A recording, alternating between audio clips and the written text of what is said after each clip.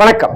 அமிதாப் பச்சன் தயாரிப்புல உல்லாசம் அஜித் விக்ரம் சேர்ந்து நடித்த ஒரே படம். அவங்க சேர்ந்து நடித்த அந்த படத்துல ஜேடி ஜெரிங்கிற இரட்டை இயக்குனர்கள் நிறைய படம், விசில் மாதிரி நிறைய படங்கள்லாம் கொடுத்தோம். அந்த டைரக்டர்ஸ் இயக்கத்தில் வந்த கார்த்திக் ராஜா இசையமைப்பில் வந்த இந்த படத்துல பல சுவாரஸ்யங்கள் இருக்கு.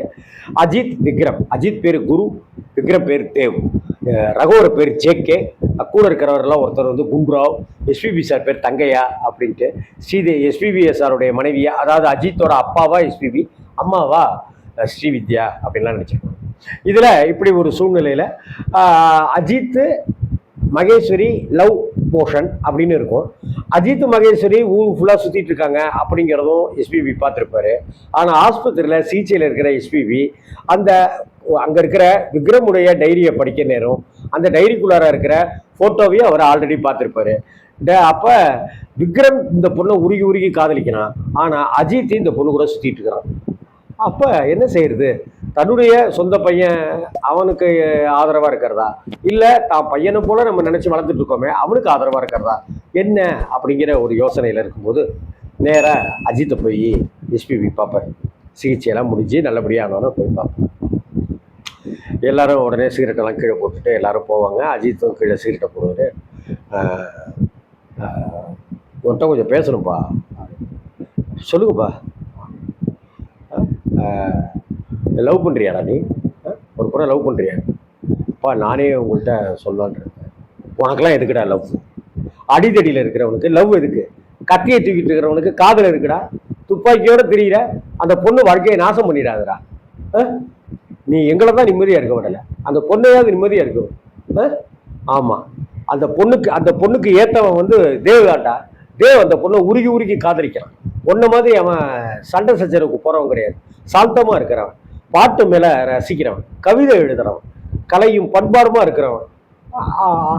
நீ வந்து அந்த பொண்ணோட வாழ்க்கையை கெடுத்துறாதரா. இன்னொன்று, தேவுக்கு அந்த பொண்ணு கிடைக்கிறன்னா அவன் செத்துருவான். நீ எங்களெல்லாம் போட்டு வதச்சது போரும்டா.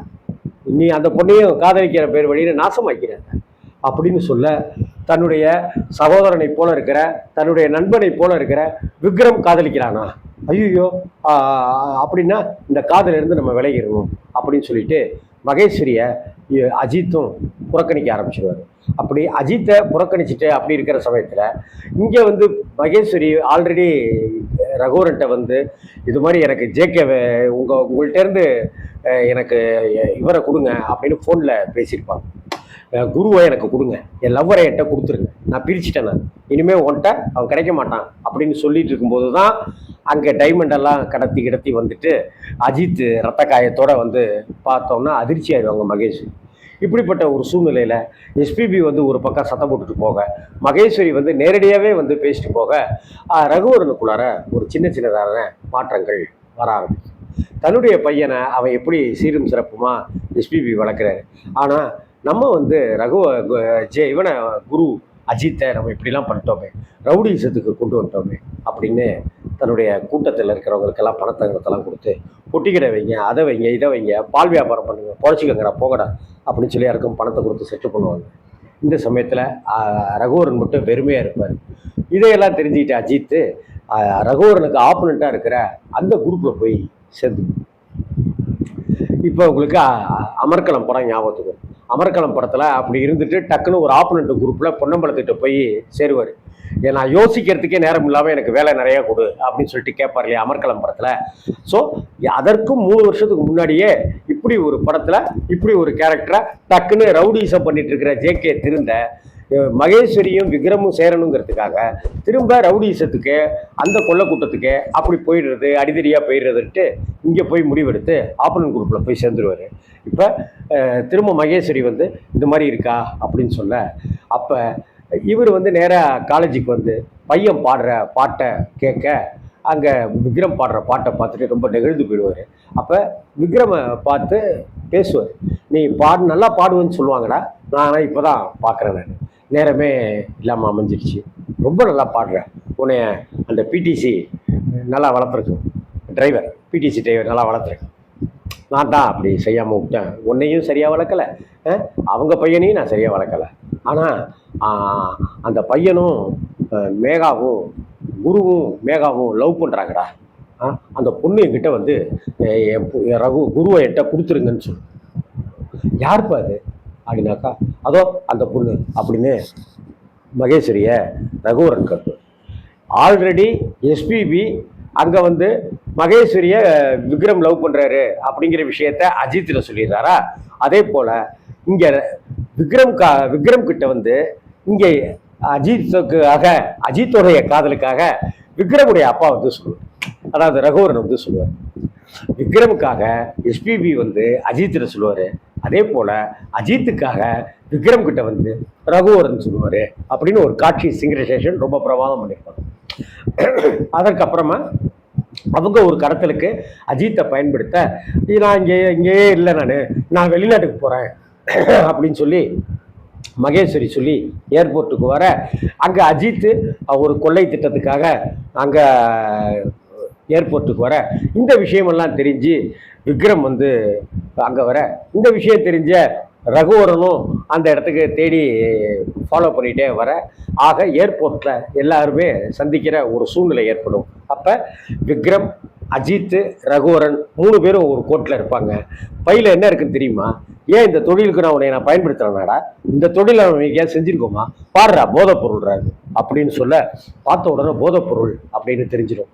உடனே அங்கே என்னடானாக்கா ஏர்போர்ட்டில் இருக்கிற மகேஸ்வரியை அந்த வில்லன் கேரக்டர் வந்து கடத்திடுவார், தேவன் கடத்திடுவார், துப்பாக்கி முனையில் வச்சுருப்பார்.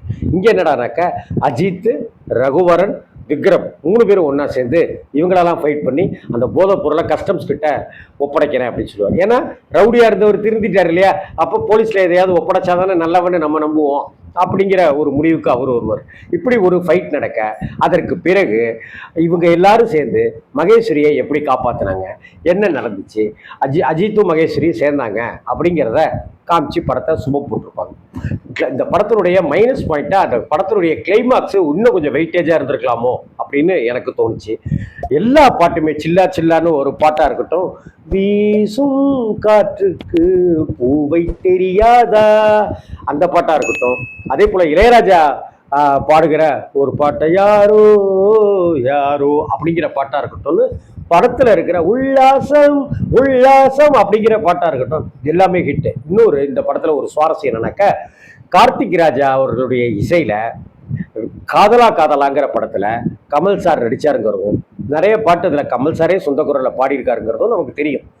ஆனால் இந்த படத்தில் அஜித்துக்காக கமல் சார் அவர்கள் ஒரு பாட்டு பாடினாருங்கிறது 2K கிட்ஸுக்கு தெரியுமா தெரியாதான்னு எனக்கு தெரியலை. முத்தே முத்தம்மா முத்தமுன்னு தரலாபா அப்படின்னு கமல் சார் குரலில் அஜித் வாயசைத்து அந்த பாட்டு இந்த படத்தில் பெரிய ஹிட்டு கொடுத்தது. இன்னைக்கு அந்த படத்தை இன்னைக்கு இருக்கிற டைரக்டர்ஸ், இன்னைக்கு சினிமாவில் இருக்கிறவங்க பார்த்தாக்க அநேகமாக கார்த்திக் ராஜாவுக்கு ஒரு 15 படங்கள் புக் பண்ணிடுவாங்க போய். அந்த அளவுக்கு பிரமாதம் பண்ணி கொடுத்துருப்பார் தன்னுடைய இசையால். இந்த படத்தில் மைனஸ் பாயிண்ட் அப்படின்னு சொல்கிறத பார்க்கும்பொழுது பெரிய வரவேற்பு இந்த படத்துக்கு இருந்துச்சு, எதிர்பார்ப்பு இருந்துச்சு. அமிதாப் பச்சன் தயாரிக்கிறாரு, இன்னைக்கு டாப் மோஸ்டாக வளர்ந்துட்டு இருக்கிற அஜித் நடிக்கிறாரு, பிரமாதமாக பண்ணின சியான் விக்ரம் நடிக்கிறாரு. விக்ரம் அஜித்ன்ற கூட்டணி, இளையராஜாவோட பையன் கார்த்திக் ராஜாவோடைய மியூசிக்கு, ஜேடி ஜெரின்னு ஒரு புது டைரக்டர்ஸ் 2 பேர் சேர்ந்து டைரக்ட் பண்ணுறாங்க.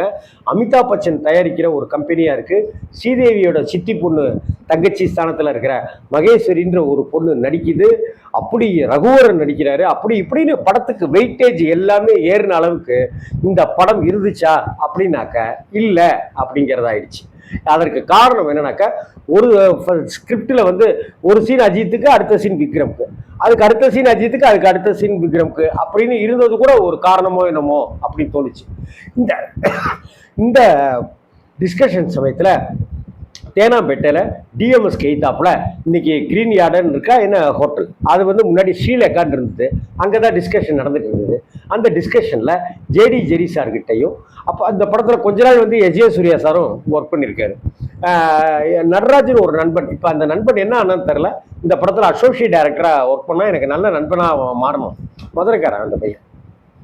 அதுக்கப்புறம் அப்போ பாலகுமாரன் சார் வந்து ஜேடி ஜெரி சார்கிட்ட சொன்னேன். அந்த 2 பேர்ட்டையுமே பாலகுமாரன் சார் சொன்னது நல்லாவே நினைவு இருக்கு.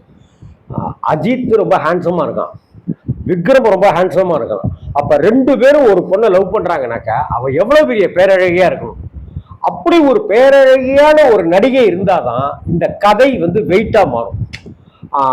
அது இல்லாம இருந்துச்சுனாக்கா அந்த காதல் வந்து கொஞ்சம் டல் அடிக்குவியா அப்படின்னு சொல்லிட்டு பாலகுமாரன் சார் சொன்னார். ஆனா சார் வேற வழி இல்லை சார், இப்படியான சூழ்நிலை, ஜெயபாதிரி மேடம் சிபாரிசு, அதனால அவங்க குலாபி பார்த்துட்டு அதில் அந்த குலாபியினுடைய தாக்கம் வந்து அவங்களுக்குள்ளார இருந்துச்சு, அப்படி இப்படின்லாம் சொல்லிட்டாங்க சார், நாங்கள் எங்களால் ஒன்றுமே பண்ண முடியல அப்படின்னு சொன்னாங்க. ஒருவேளை ரொம்ப பேரழகனா இருக்கிற அஜித்தும் பேரழகனா இருக்கிற விக்ரமும் ஒரே பெண்ணை காதலிக்கிறாங்கன்னா அந்த பெண் எவ்வளவு பேரழகியா இருந்திருக்கணும். அப்படி ஒரு அந்த சமயத்துல இருந்த வேறு ஏதேனும் ஒரு நடிகையவோ அல்லது ஒரு புதுமுக நடிகையவோ அந்த படத்துக்கு கொண்டு வந்திருந்தா இந்த உல்லாசம் படத்துக்கு கொஞ்சம் மார்க்கெட் வேல்யூ எகிரி இருக்கும், மார்க் கொஞ்சம் அதிகமாக இருக்கும் அப்படின்னு எனக்கு தோணுச்சு. அதே போல படத்துல செகண்ட் ஹாஃப்ல ஒரு ஒரு ஒரு இறுக்கத்தை நோக்கியே படம் போயிட்டே இருக்கும். ஃபர்ஸ்ட் ஹாஃப் ஜாலியா அப்படி இப்படின்னு இருந்துட்டு செகண்ட் ஹாஃப் இறுக்கத்தோடைக்கே போயிட்டு இருக்கும். அங்கே சொல்ல முடியாமல் காதலை தவிச்சிட்டு இருக்கிற விக்ரமா இருக்கட்டும், எஸ்பிபிக்கு கத்தி குத்து அப்படின்னு நடக்கிற ஒரு விஷயங்களாக இருக்கட்டும், அஜித்து மகேஸ்வரி பக்கம் போக முடியாமல் இந்த பக்கம் போக முடியாமல் அப்படின்னு தவிச்சிட்டு இருக்கிற ஒரு விஷயமா இருக்கட்டும், எல்லாமே ஒரு சோகத்தை நோக்கியே போயிட்டு இருக்கிறதா அப்படின்னு நான் இப்போ பார்க்குறேன். அப்போ நான் எனக்கு தோணலை, இப்போ நான் அப்படி பார்க்குறேன். ஒருவேளை இந்த ஸ்கிரிப்டில் சின்ன சின்ன விஷயங்கள் பண்ணியிருந்ததுனாக்க எல்லா பாடல்களையும் ஹிட்டாக்கி வந்த அந்த உல்லாசம் உண்மையிலேயே ஒரு உல்லாசத்தை கொடுத்துருக்கும் அப்படின்னு நான் நினைக்கிறேன். பாலகுமாரன் சார் எழுதிய பல படங்களை எடுத்துக்கிட்டோம்னா பாலகுமாரன் சாருக்குன்னு இருக்கிற அந்த முத்திரையை கொடுத்துக்கிட்டே இருப்பார். இந்த படத்துலையும் அப்படி கொடுத்துக்கிட்டு இருப்பார். பல இடங்கள்ல டயலாக் பிரமாதமாக இருக்கும். எஸ்பிபி சார் பேசுகிற டயலாக்கு பிரமாதமாக இருக்கும். ஸ்ரீவித்யா அஜித்ல பேசுகிற டயலாக்கு பிரமாதமாக இருக்கும். விக்ரம் சார் பேசுகிற டயலாக்கு நல்லாயிருக்கும். அஜித் மகேஸ்வரி போர்ஷன், மகேஸ்வரி தன்னுடைய லவ்வை வெளிப்படுத்துறது, அதற்கு உண்டான டைலாக்கு, ரகுவரன் சார் பேசுகிற ஒவ்வொரு டைலாக்குன்னு படத்தை வசனங்களால் ரொம்ப அழகூட்டி இருப்பார். அதே போல் கேமராமேன் ஜீவா ரொம்ப பிரமாதமாக கேமரா பண்ணியிருப்பார், அட்டகாசம் பண்ணியிருப்பார். ஃபைட்டும் ரொம்ப இயல்பாக நல்லாவே அமைஞ்சிருக்கும். எல்லாம் இருந்தும் ஏதோ ஒன்று குறையுது அப்படிங்கிற மாதிரி சில படங்கள் அமையும் இல்லையா, இதில் எல்லாமே இருந்தும் ஏதோ ஒன்று சின்ன சின்னதாக குறைஞ்சிருக்கு அப்படின்னு தான் சொல்லணும். ஆனாலும் இந்த உல்லாசம் திரைப்படம் 27 வருஷங்களானாலும் கூட மறக்கவே முடியாது. அஜித் விக்ரம் இணைந்து நடித்த அந்த படத்தை எப்படி மறக்க முடியும்? அந்த குரு, ஜேகே, தேவ், மேகா, ரகுவரன் சார், இந்த மறைந்த ரகுவரன் சாருடைய நடிப்பு, மறைந்த நம்ம பாடகர் எஸ்பிபி சாருடைய நடிப்பு, அற்புதமான நடிகைன்னு பேர் எடுத்த மறைந்த நடிகை, கண்ணாலே பேசக்கூடிய ஸ்ரீவித்யா மேடம், எப்படி நம்மளால மறக்க முடியும் இல்லை? அப்படிப்பட்ட ஒரு திரைப்படம் உல்லாசம். யூடியூப்ல தான் இருக்குன்னு நினைக்கிறேன் அந்த படம், இல்லை வேற எந்த இதுலேயே இருக்கான்னு தெரியல. அந்த படத்தை முடிஞ்சா ஒரு தடவை பாருங்க. ஒரு சுவாரஸ்யம் குறையாத ஒரு படம் தான் அது. இன்னைக்கு இருக்கிற 2K கிட்ஸு அந்த அஜித்தை பாருங்க, பரபரன்னு துருன்னு இருக்கிற அஜித்தையும் விக்ரமையும் பாருங்க. ஏன்னா விக்ரம் வந்து அஜித்துக்காக ஒரு படத்துக்கே வாய்ஸ் கொடுத்துருக்காரு முன்னாடி ஒரு படத்துக்கு. ஆனா இப்போ அந்த அஜித்தும் விஜயும் சேர்ந்து ஒரு படம் பண்ணியிருக்காங்க, அஜித்தும் விக்ரமும் சேர்ந்து ஒரு படம் நடிச்சிருக்காங்கனாக்க விக்ரம் அஜித்துக்கு ஒரு வாய்ஸ் டப்பிங் கொடுத்துருக்காரு ஒரு காலத்துல. ஆனா அவங்க 2 பேரும் சேர்ந்து ஹேண்ட்ஸமான ஹீரோக்களாக ஒருவேளை அந்த படம் மட்டும் வெற்றி பெற்றிருந்துச்சுனாக்க இன்னைக்கு வந்து 2 ஹீரோ சப்ஜெக்ட் எல்லாம் இன்னைக்கு நடக்குது இல்லையா இல்லையா? பகத் பாசில் நடிக்கிறாரு, விஜய் சேதுபதி நடிக்கிறாரு, கமல் சார் நடிக்கிறாரு, சூர்யா தடக்குன்னு வராருங்கிற மாதிரிலாம் படம்லாம் இன்னைக்கு வருது இல்லை? பாகுபலி மாதிரியான படங்கள்லாம் பார்க்குறோம் இல்லையா, நம்ம பொன்னியின் செல்வன் மாதிரி படங்கள்லாம் பார்க்குறோம் இல்லையா? ஒருவேளை ஏபிசிஎல் அமிதாப் பச்சன் கார்பரேஷன் தயாரித்து ஜேடி இயக்கிய இந்த அஜித் விக்ரம் நடித்த உல்லாசம் படம் மட்டும் ஒரு மிக பிரமாண்டமான வெற்றி படமாக வந்துருந்துச்சுன்னா டபுள் ஹீரோ சப்ஜெக்டில் ட்ரெண்ட் செட்டராகவே இந்த படம் உருவாகியிருக்கும். இந்த படத்துக்கு பிறகு அப்படி 2 ஹீரோக்கள் கொண்ட சப்ஜெக்ட்னு நிறைய படங்கள் வந்திருக்குமோ என்னமோ தெரியல. இன்னொரு முக்கியமான விஷயம், ஒருவேளை அமிதாப் பச்சன் இன்னும் ஒரு 10-15 படத்தை தமிழில் எடுத்துட்டு போறோம் என்னவோ தெரியல, ஏனோ தெரியல. இதுக்கப்புறம் தமிழ்லையும் படம் பண்ணலை, பெருசாமல் அவங்க படம் தயாரிக்கிற விஷயத்துக்குள்ளாரையும் அமிதாப் பச்சன் சாரும் இறங்கலை. உல்லாசம் அஜித் விக்ரம் மகேஸ்வரி ரகுவரன் நடிப்பில் வந்த இந்த உல்லாசம் ஒரு 2.5 மணி நேரம் பொழுதுபோக்கு தான். மிஸ் பண்ணாமல் ஒரு தடவை சும்மா முயற்சி பண்ணி பாருங்கள். வணக்கம்.